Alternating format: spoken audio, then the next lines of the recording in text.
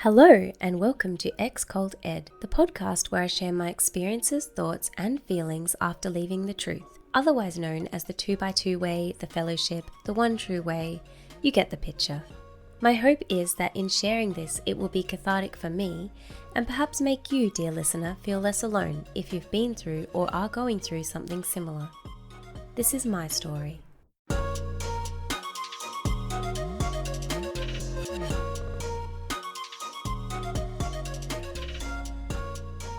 Today I want to talk about my experience making friends over the past year. I used to think the world was a scary place full of bad people. And it is. But I've also found that there are some extremely amazing people out there and far deeper and closer connections than I ever had within the cult.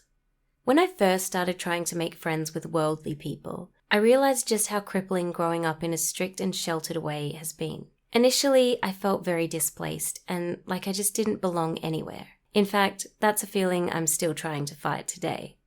I didn't belong in the safety and security of the cult anymore, and I certainly didn't fit in the world. I was this weird adult who knew nothing about social interactions, alcohol, pop trivia, just anything remotely normal to worldly people.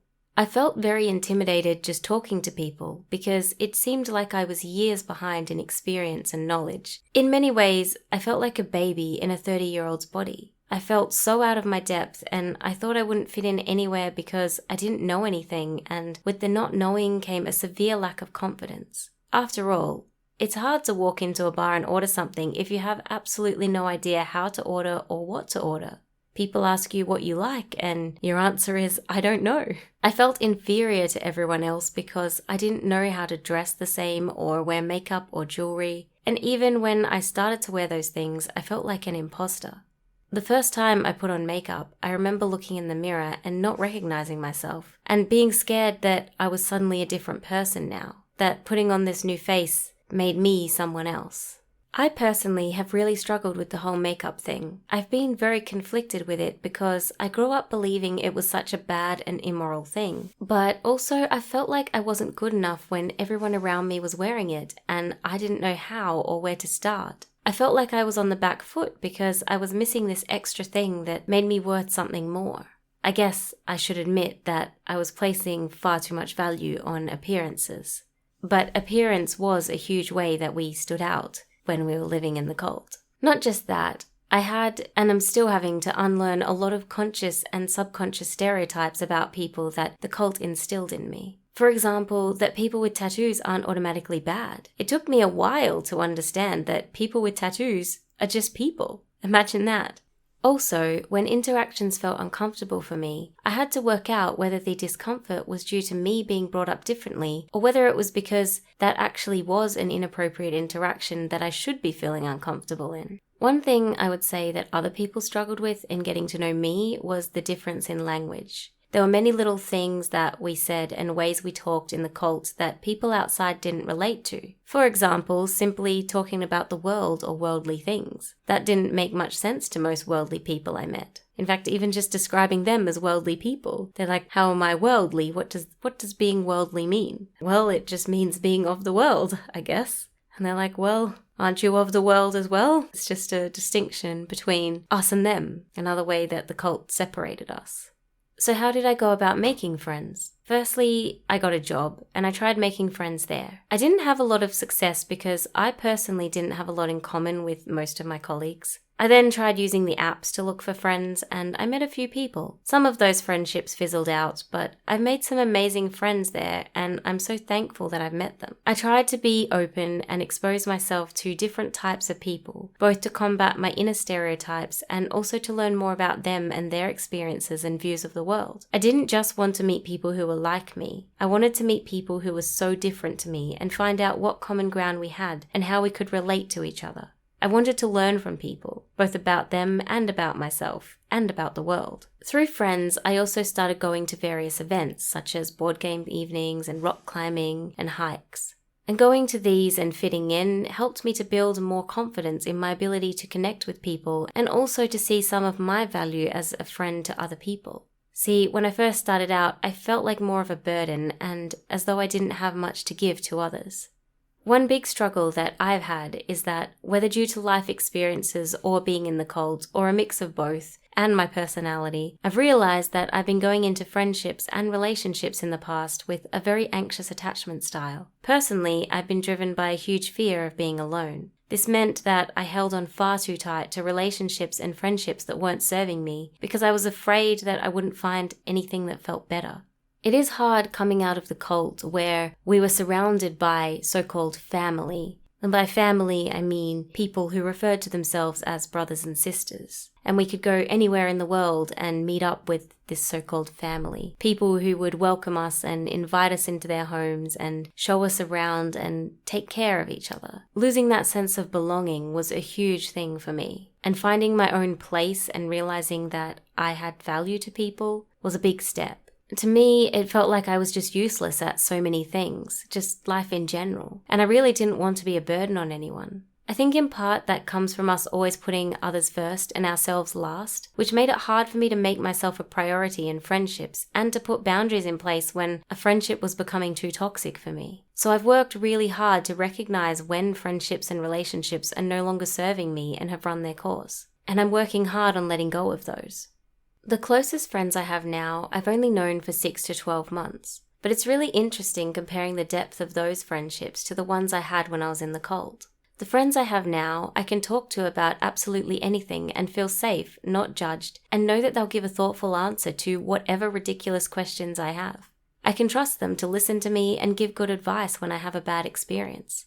These are the friends who celebrate my progress, even when I fail, and encourage me to keep going. In fact, thinking back, it's funny how we referred to ourselves as the friends, but we really didn't have a great handle on friendship. The friends I have now are nothing like the friends I had in the cult. Those connections were generally more surface level, the type where you just do activities together and put on a happy face. Thinking back, conversations were generally quite shallow and tended to revolve around the latest news, gossip, or scandal. You'd meet up with people and have a lovely time because they're nice people, but only come away with the knowledge of what so-and-so is up to and who so-and-so is dating or married to now and which so-and-so just professed and got baptized, went into the work, or died. Mental health to me felt very much a taboo topic in the cult, because if you weren't coping well mentally, then it was implied that you just weren't close enough to God. If you were close to God, then you should feel joy and peace and acceptance. Being vulnerable wasn't seen as a virtue. We were supposed to be perfect pillars in our homes, churches, and the community. This resulted in me not opening up as much as I would have liked to my friends when in the cult, and most likely vice versa. There very likely were and are many people within the cult struggling with deep things but feel they can't reveal their true feelings to anyone for fear of being judged or considered weak in the faith. In fact, the support that I felt in the cult was only really support in my spiritual growth, but not my individual personal growth. And over the past year, I have felt myself growing personally in leaps and bounds. I still have a long way to go, but I'm really proud of myself for coming this far. And I'm really thankful for people in my life who value my own personal growth and who recognize that I'm still a work in progress. I'm really thankful that I have people in my life now who value me for me and not the idea of this perfect person that I could be. You see, I feel that a lot of times in the cult, we would come together and interact with each other and pretend to be better than we really were, while also at the same time feeling like sinners and as though we weren't as good as everybody else. I remember having conversations with people in the cult where it felt like we were too scared to go too deep or question too much because God was listening, of course. And we also didn't want to appear to be questioning or discourage someone else. All of this pressure to be these perfect people, I feel, was detrimental to our friendships, because a huge part of being a friend to someone is being there with them when they fall, and being there in their vulnerable times, and not just praying for them to get better, but listening and helping them out of it. You see, in my friendships now outside the cult, there is no God that's going to make things better. All we have is each other, and that's something special. The hard thing about making friends is, it takes time and effort and energy. But it is worth it, and once you make one good friend, you naturally meet other awesome people through them. It builds your confidence in yourself that you can belong somewhere in the world. The more people you meet, the more ability you develop to filter out the bad ones. You see, the difference with making friends outside the cult is you don't automatically know their morals and what they live for. But something I found really special is that once you do get to know them, you know that what they're living by is their choice. They're not putting on morals as a facade, or simply complying because that's how they were brought up and that's the route to heaven. If my friends say and do nice things, that's because they've chosen to, and that's the person they are. And that means a lot to me. It was only once I faced my fears and traumas and started putting effort into friendships with less fear of those people abandoning me, and knowing that if they did, I would eventually be okay, that I've been able to really lean into these relationships and put my trust in these people, and myself. After all, to really trust someone, you also have to trust yourself, that you will be okay if they break that trust. You're putting yourself in a vulnerable position, but it's worth the risk. I would never have grown to the place I am now if not for these friends. And I've come to understand that not all people are in your life forever. Some are there to just teach you hard lessons.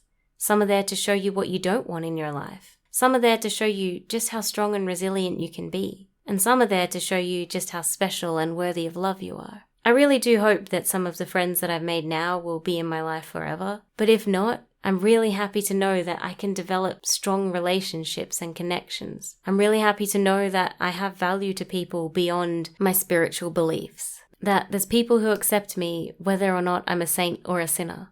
In fact, I'm probably a little bit of both. And so are they. I'm really thankful that I don't have to put on this face and this facade in front of my friends anymore, and that I can tell my friends if I'm feeling depressed or down. I feel like my mental health has come a long way from when I was in the cult. I feel like I'm in a much better space. I'm really looking forward to finding out just how deeply I can connect with others when I really allow myself to be vulnerable and allow other people to see the real me. And I'm really looking forward to others sharing their vulnerabilities with me, because getting to know the real someone is such a privilege.